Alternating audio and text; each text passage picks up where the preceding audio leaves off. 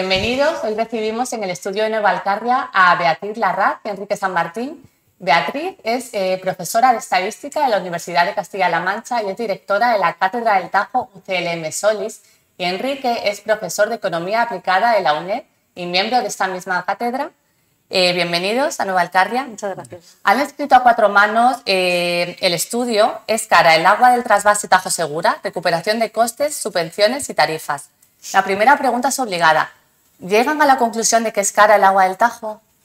Bueno, en principio, en nuestra opinión, creemos que no puede considerarse que el agua del trasvase Tajo Segura sea cara por varios motivos, ¿vale? El primero, porque es una infraestructura que fue costosísima en su época, entró en funcionamiento en el año 81, es una obra que está siendo amortizada por los propios usuarios del trasvase, como tiene que ser, pero que reciben cuantiosas y numerosas subvenciones por parte del Estado, y alguna de ellas incluso por parte de la Confederación Hidrográfica del Segura. Esto a pesar de que la Directiva Marco de Agua contempla el principio de recuperación de costes y, por tanto, la eliminación de ese tipo de subvenciones. Además, las tarifas del trasvase, que efectivamente sí que han subido en términos nominales, como no podía ser de otra manera, después de más de 40 años, en términos reales vemos que han descendido un 33%, porque el dinero con el tiempo pierde valor, ¿no? Y por último, bueno, pues tampoco los costes ambientales se están teniendo en cuenta, los costes ambientales que se generan en la cuenca cedente, ni tampoco los costes del recurso. Por eso, bueno, en nuestra opinión, por todos estos motivos, creemos que no debería considerarse calificarse como cara el agua del trasvase. En este estudio abordan el que es el trasvase de agua intercuencas más grande y más controvertido del país. Lo abordan desde la problemática económica. No sé si hay transparencia en cuanto a costes, subvenciones, en lo que se refiere al trasvase. No lo hay. La verdad es que hay mucha información hidrológica sobre la cuenca del Tajo y sobre el trasvase que puede obtenerse directamente desde Internet sin pedir ningún permiso, la puedes coger tú mismo. Y además desde 2018 se hace un informe mensual que se utiliza para decidir cuánta agua se va a trasvasar cada mes. Sin embargo, respecto a la información económica, no hay nada que puedas tú descargarte en Internet. Y lo que tienes que hacer es solicitar un permiso, pedirlo oficialmente a los organismos gestores, a la Confederación Hidrográfica del Tajo o al Ministerio de Transición Ecológica, que es de quien depende la Comisión Central de Explotación del Acueducto Tajo Segura, ¿no?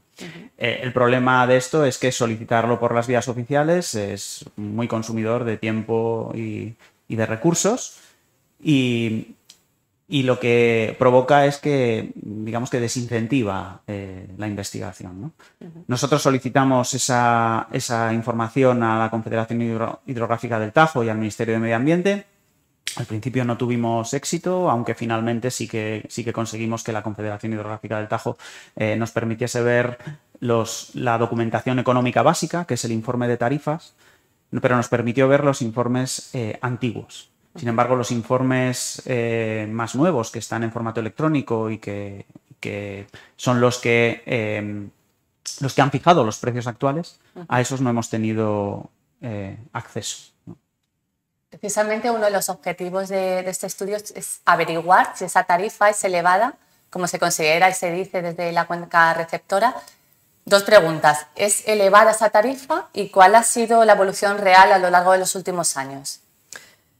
Bueno, las tarifas se establecen en el Boletín Oficial del Estado, como ha dicho Enrique, y hay varias tarifas en función del tipo, pueden ser de riego de abastecimiento y de agua que circula del propio Tajo por el acueducto Tajo Segura o del Segura por el acueducto Tajo Segura. Bien, entonces si nos centramos en la que más agua utiliza, hablando en estos términos, que sería la tarifa de agua de riego destinada a riego del Tajo que circula por el trasvase.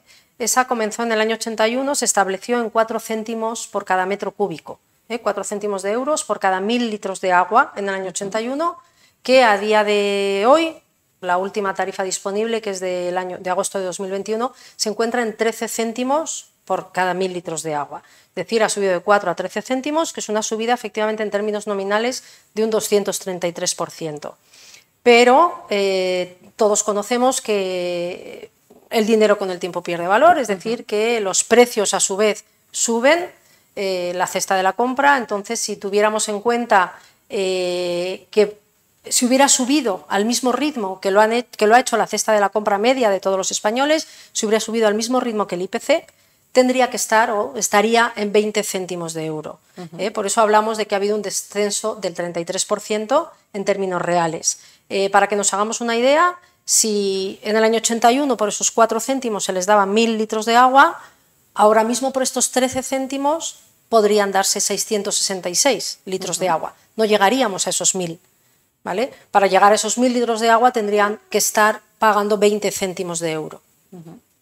Esa es una paradoja. Otra de las paradojas que señaláis en el estudio es que precisamente en tiempos de sequía, cuando se supone que hay menos agua, esta se ha subvencionado.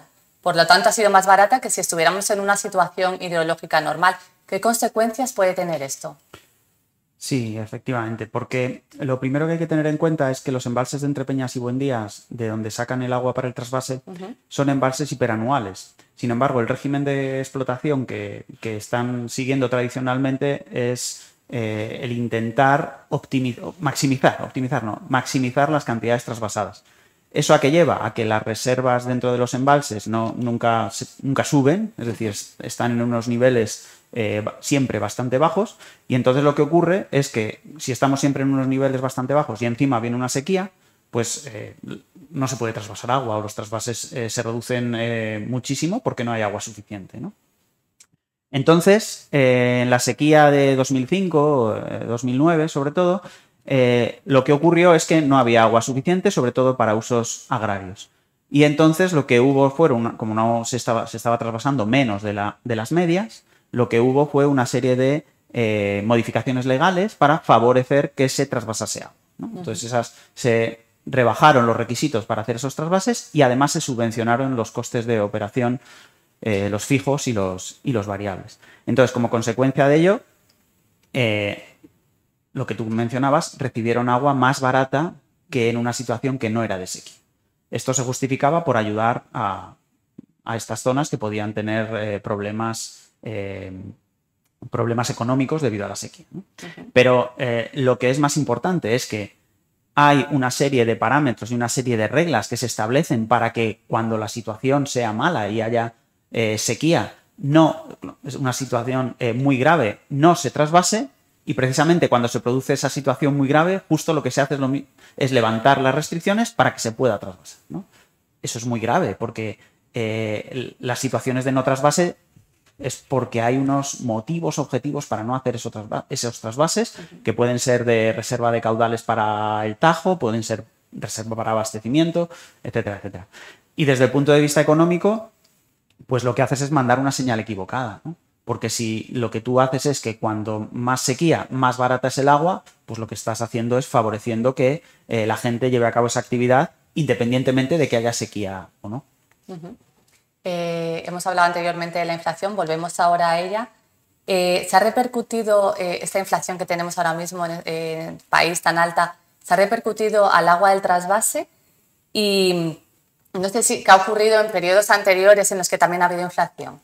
A ver, la ley del trasvase no habla de que haya que actualizarlo en función de los precios, ¿vale? No habla de que haya que actualizarlo en función del IPC.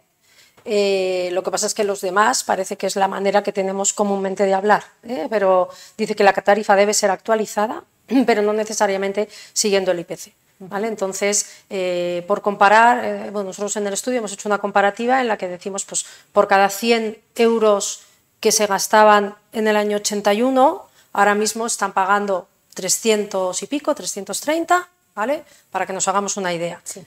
Si eso lo vemos en términos de la cesta de la compra de los demás españoles, vamos, desde el conjunto de los españoles, por cada 100 euros que pagábamos en el año 81, ahora estamos pagando 500. Eso nos da una medida ya de que, por tanto, cara a cara no parece. Pero sí, además todos conocemos muy bien que el IPC, dentro del IPC están todos los bienes y servicios de consumo y no todos suben al mismo precio. Hay unos que suben y otros que bajan, y los que suben no lo hacen al mismo nivel, al mismo ritmo. Entonces, si tenemos en cuenta, por ejemplo, el suministro de agua, el grupo del suministro de agua, al conjunto de los españoles, por cada 100 euros que pagábamos de agua en el año 81, ahora estamos pagando más de 800. Es decir, seguimos con un agua del trasvase que se ha incrementado mucho menos incluso que el subgrupo del suministro de agua al conjunto de los españoles. Pero también habría que tener en cuenta la subida del precio de la energía, de la luz. ¿Por qué? De la energía eléctrica, porque recordemos que para elevar el agua hay que elevarla desde el embalse de Volarque hasta el de la Bujeda para que caiga por gravedad. Por tanto, una parte de esa subida del precio de la electricidad debería imputarse en la tarifa del trasvase. Y el precio de la electricidad a marzo de 2022, que es cuando está terminado el estudio, de cada 100 euros que se pagaban en el año 81, ahora se pagan 1.000. Luego, eso está claro que no está recogido en esa tarifa. Y ya para terminar, en el estudio habéis identificado más de 1.200 millones de euros en subvenciones directas, indirectas y cruzadas en 2021. ¿Qué supone esto?